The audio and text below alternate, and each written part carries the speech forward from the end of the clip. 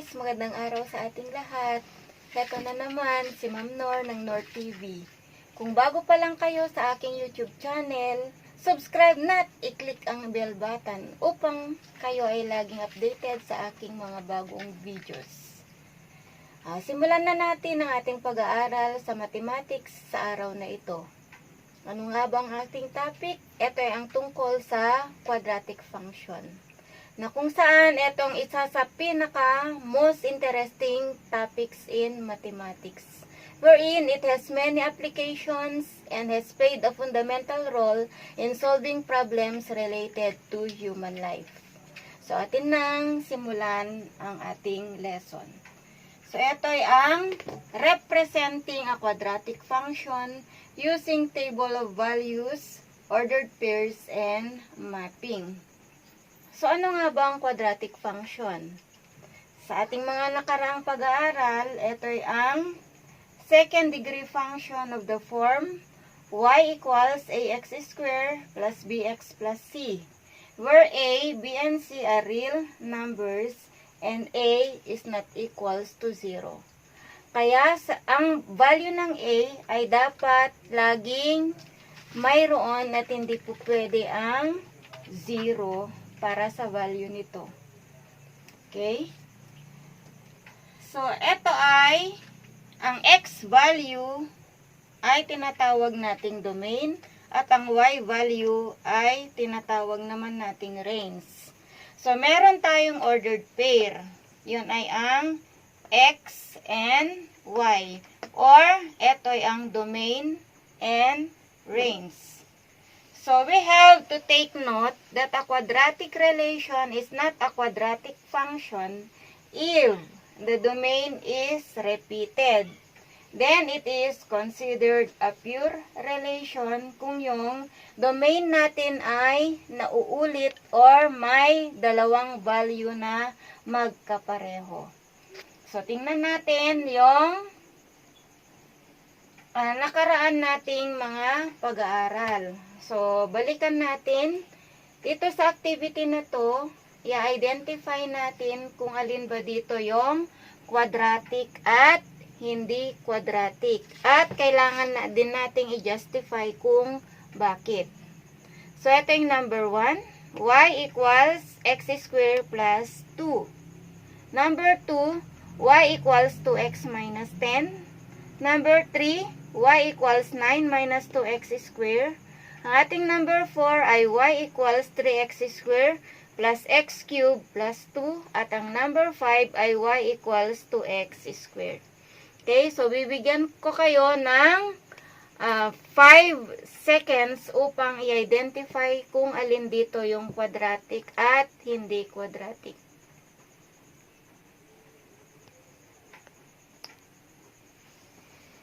Okay, time is up.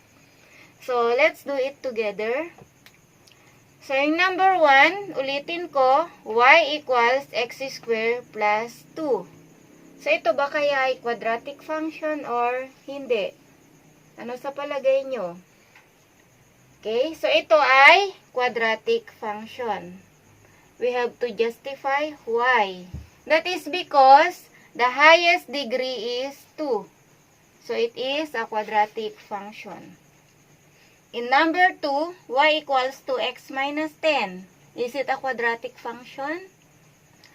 Guys, ito ay hindi quadratic function dahil ang highest degree ay 1. That is 2x raised to the first power minus 10.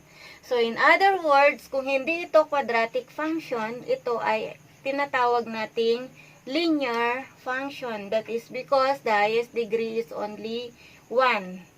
Now, let's proceed to number 3. Y equals 9 minus 2x squared. So, again, if you notice, the highest degree is 2. So, it is a quadratic function. Number 4, y equals 3x squared plus x cubed plus 2. So, in here, we have 2 exponents. That is 2 and 3. The highest exponent is 3. So, it is on cube. So, hindi siya quadratic function. And then the last, Number 5, y equals to x square. So, kung napapansin nyo, 2 yung highest exponent, so it is a quadratic function. So, ilan kaya sa inyong naka-perfect nung sagot kanina dito? So, sa tingin ko, marami. Dahil magagaling naman kayo, mga mathematics nga kayo, di ba? Okay. So, ituloy na natin ang ating pag-aaral. So, simulan natin sa mga examples. So, ito yung una nating example. So, meron tayo ditong set of ordered pairs, 3, 2, 2, negative 3, 1, 0, and 4, negative 2. So, i-identify muna natin kung alin ba dito yung domain. So, ang domain, yun yung mga unang numbers or yun yung value ng x. So, sa 3, 2, yung unang number is 3. So, first domain is 3. So, in 2, negative 3. So, it's 2. So, ito siya. 1, 0, it is 1. And 4, negative 2, it is 4. So, yung domain natin is 3, 2, 1, and positive 4. At yung range naman natin, yun yung pangalawang number or yun yung ating y values. So, that is 2, negative 3, 0, and negative 2. So, ito na yung ating domain, 3, 2, 1, 4. And ang ating range, 2, negative 3, 0, and negative 2. Ngayon, pansinin natin yung ating domain. So, sa 3, 2, 1, and 4, may number ba tayong naulit dito? So, wala, diba? So, not repeated. At sa ating range na 2, negative 3, 0, and negative 2, wala ding number na naulit or walang number na magkapareho. So, it is also not repeated. So, kung titingnan natin yung relationship ng domain at range natin, it is a 1-to-1 correspondence. Therefore, the set of ordered pair is a function. Dahil dun sa ating domain, hindi siya naulit. Na kung maalala nyo kanina, dito sa nasabi ko, na sa ite-take note natin, quadratic relation is not a quadratic function if the domain is repeated. But since dun sa ating domain, wala namang na-repeat na number, then it is a function. Okay ba? Nakakasunod kayo, dear students? So, yan. 1-to-1 correspondence. Yung ordered pair natin, so it is a function. Okay?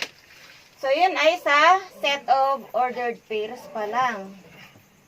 So, dito naman tayo sa pangalawa. Ipapakita ko sa inyo yung set of ordered pairs kanina na ililipat natin sa table of values.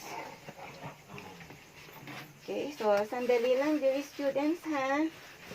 At ililipat naman natin ngayon from set of ordered pairs to table of values. Okay. So, yung set of ordered pairs natin na 3, 2, 2, negative 3, 1, 0, at 4, negative 2, sa table naman natin ilalagay. So, gawa tayo ng table. Yan. So, yung x values natin and then y. So, yung unang set is positive 3, positive 2. So, dun sa x, that is positive 3. Sa y, positive 2. Yan. So, yung unang ordered pair. Pangalawa is 2, negative 3. So, 2 sa x, negative 3 naman sa y. Pangatlo is 1, 0. So, x is 1, y is 0. At yung last, 4, negative 2. So, ang x natin is 4. ang y is negative 2. So, yan. Ganyan lang kadali kung sa table naman natin ipapakita. And then, yung last is sa mapping naman tayo. So, ipapakita natin by mapping. So, yung x natin and then yung y. So, ano yung x is 3, 2, 1, and 4.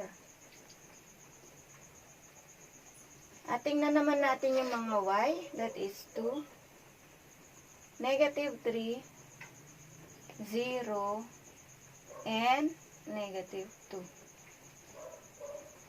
So, yung 3 natin is 2, positive 2, positive 2 to negative 3, 1 to 0, and positive 4 sa negative 1.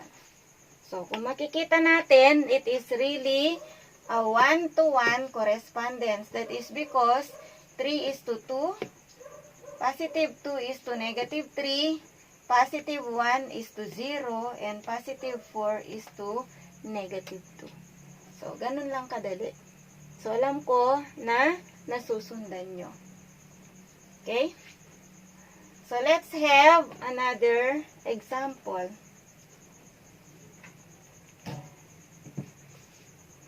So, buburahin ko ulit ito ha. Sandali lang. Let's proceed to the second example. Let's have the set of ordered pairs, negative 3, 5, negative 1, 0, 1, 5, and positive 3, positive 3. So, let's identify the domain or the x values. So, we have the first numbers, negative 3, negative 1, positive 1, and positive 3. So, if we take a look at the numbers not repeated. And let's have the range, the second numbers, 5, 0, 5, and positive 3. So, we have here number 5 which is repeated. So, if we look at the correspondence, it is a many to one correspondence. Therefore, it is a function. Next, let's have here it in a table of values. Let's represent now the set of ordered pairs in a table. So, the first ordered pair, negative 3, 5, will be in our x, we have negative 3, and y, positive 5. Negative 1, 0, so negative 1, 0, 1, 5, so 1, and then 5, and then the last, positive 3, positive 3, so positive 3 will be in our x, and another positive 3 will be in our y. Okay, so that's in a table. And for the mapping, so we have it here, the diagram. So negative 3 is to 5, and positive 1 is also to 5. Negative 1 to 0, and positive 3 to positive 3. So that's the mapping. Now let's have the last example. Let's have the set of ordered pairs, 2, negative 1, 2, negative 2, 3, negative 3, and 4, negative 4. Let's have the domain, 2, positive 2, positive 3, and positive 4. So, if you notice, we have number 2 here that is repeated. So, it is repeated twice. So, that is repeated. And for the range, we have negative 1, negative 2, negative 3, and negative 4. So, in our range, no number is being repeated. So, that is not repeated. So, it is a one-to-many correspondence. Therefore, the set of ordered pairs, table of values, and mapping is a pure relation. That is because in our domain, we have two numbers that is repeated. Okay, so that's all for today, dear students. Till next video. Bye-bye.